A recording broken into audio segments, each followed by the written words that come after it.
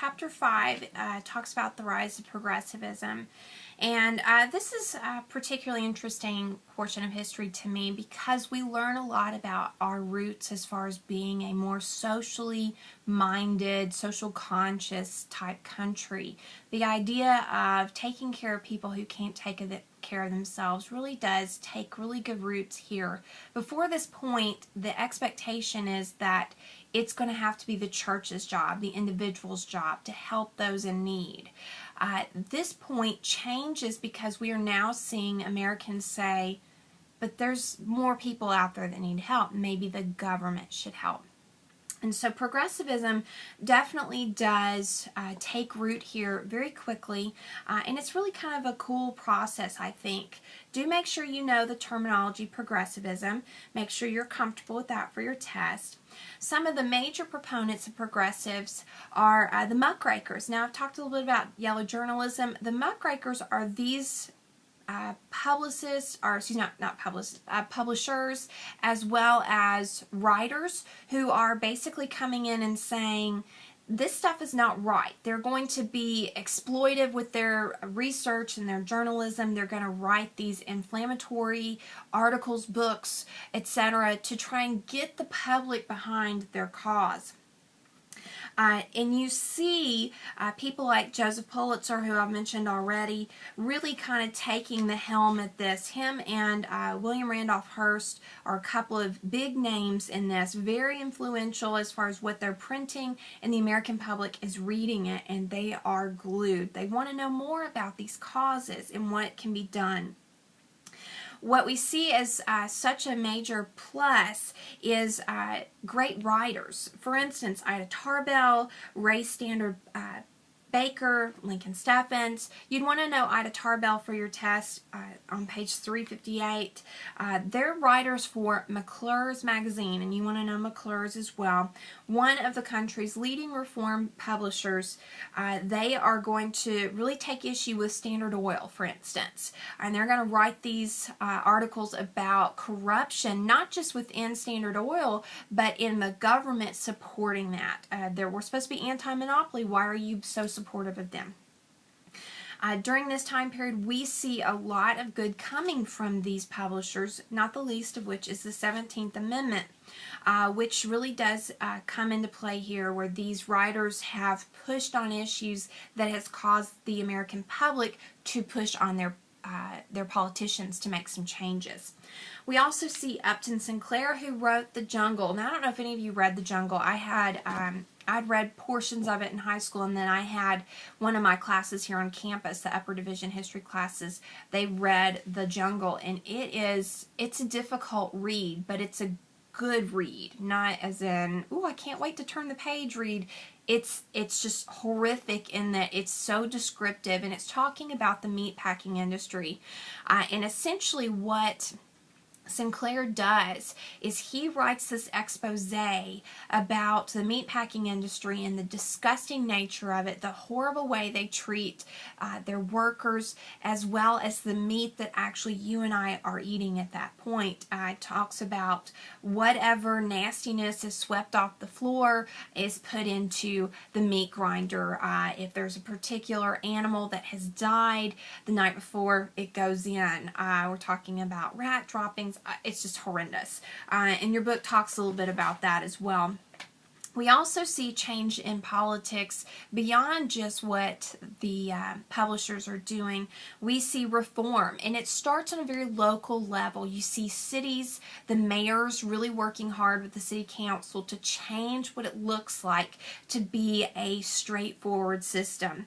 And New York City is one of those. You see reform Mayor Seth Low. He creates tighter housing laws, health services for the poor, as well as parks and free spaces. Now, what I always want to point out here is that it's so brilliant and yet so mind-boggling to me that some of these people had the foresight to say, we will never build on this plot of land. This land is for the people. This is for young children. You think about New York City and what they put there as far as you have buildings that are reaching beyond the sky. And you have all these people there that need places to go work, houses to live in, not houses, but apartments or whatever. And somebody said, we will never ever build here, Central Park, for instance. I don't know if you've seen pictures of New York City, like aerial looking down on the city. It's remarkable that they had the concept that a park is that important. In that time period, it's mind-boggling. Even today, that they have not encroached on that particular land is really quite remarkable. And your book goes through several different cities and towns doing some changing there, and then it spreads on into state government, which hopefully the idea is that it will make a difference in the long run.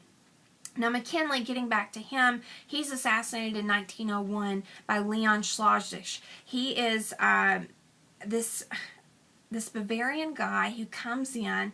He shoots him in a World's Fair in Buffalo, New York, and he ends up changing history, because at this point, now Theodore Roosevelt, Teddy Roosevelt, becomes president. And you know what? There are men throughout history that you look at and go, he was meant to be president. There is no doubt. I kind of put Theodore Roosevelt in that category.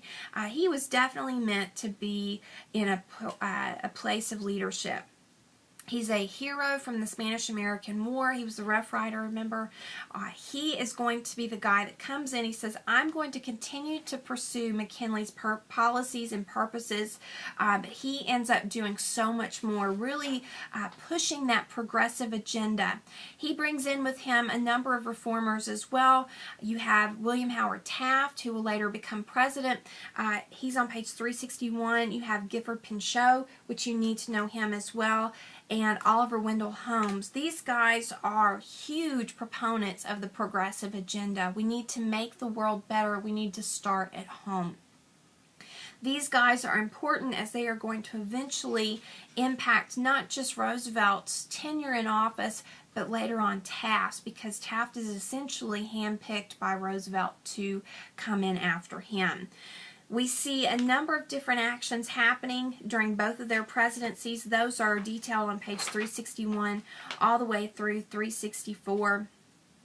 When Roosevelt and Taft are president, we would probably consider their presidencies very conservative by today's standards, but they get a whole lot of work done. Taft was a supporter of the 16th and 17th Amendments, which you need to know both of those. He is a fierce fighter for the little man, and I'm referring specifically to something called trust busting, as far as breaking up some of those larger monopolies, trying to bring down some of those titans of industry. That being said, I don't want that to sound like it's hostile, that they have something personal, some vengeful vendetta against these Rockefellers and Carnegies. It's more about taking care of the people that are below them, because at this point it looks like to the American public and even to Roosevelt and Taft that the people that are making money here are just the guys at the very top. What about all these guys down here? And so we see a shift in mentality, and they're going to try and protect them by breaking up some of these trusts. Skipping ahead a little bit, I want to point out to you the Triangle Fire that's on page 364. This is a terrible event in history that exposes our weaknesses as particularly a country taking care of its workers. The Triangle Shirtwaist Factory is employing more than 100 women who are sewing shirts. We see a fire starting innocently enough, spreading very quickly. There's not enough exits, and women are literally burned to death or jump to their death because they cannot get out. There's basically only a couple of entrances and exits. There's not a good plan of action. While it's a terrible event in history, I think this goes in that category that I call the Great Leap Forward. If this had not happened, my guess is it would have happened somewhere else, but if this had not happened, we would not see the laws changing to protect the people, meaning there need to be more exits, they need to be clearly labeled, they need to be safe from fire, there needs to be a fire escape, there needs to be all these things, there need to be sprinklers, the list goes on and on. So the Triangle Shirtwaist Factory is going to truly expose some changes that the progressives need to make. In Chapter 6, the book goes into our foreign policy. The last chapter is more about our domestic policy, what's actually happening in America. This is more about what we're doing beyond that. And you see that picture on page 366 of Roosevelt holding the big stick. And this is where that idea comes about, you walk softly but carry a big stick, which is an African proverb that Roosevelt basically adapts for his foreign policy. He wants to be a world policeman, and he starts in our hemisphere, basically threatening the rest of the world. You do not take things up with those little nations that are around us. We will take care of things. That if you've got an issue, you better not be invading our neighbors. We will take care of them. You have to go through me before you get to them idea. You guys know what I'm talking about, hopefully. We see also an important part of Roosevelt's presidency in the Panama Canal, and that's on page 367. The canal is an amazing feat of architecture. It had been tried and failed a couple other times. The most recent effort before Roosevelt took over was by the French. Overrun budget, too many problems politically speaking with the local natives. And what we see happening is when Roosevelt takes it over, he actually has it completed before the deadline, and he comes in under budget. Now, that's not his ability. Don't hear that. But it does mean that we have done this amazing thing as America. It's going to obviously help our hemisphere, but ultimately us as well. And something else of interest, make sure to notice there's no bribes, kickback, or corruption in this particular thing. What his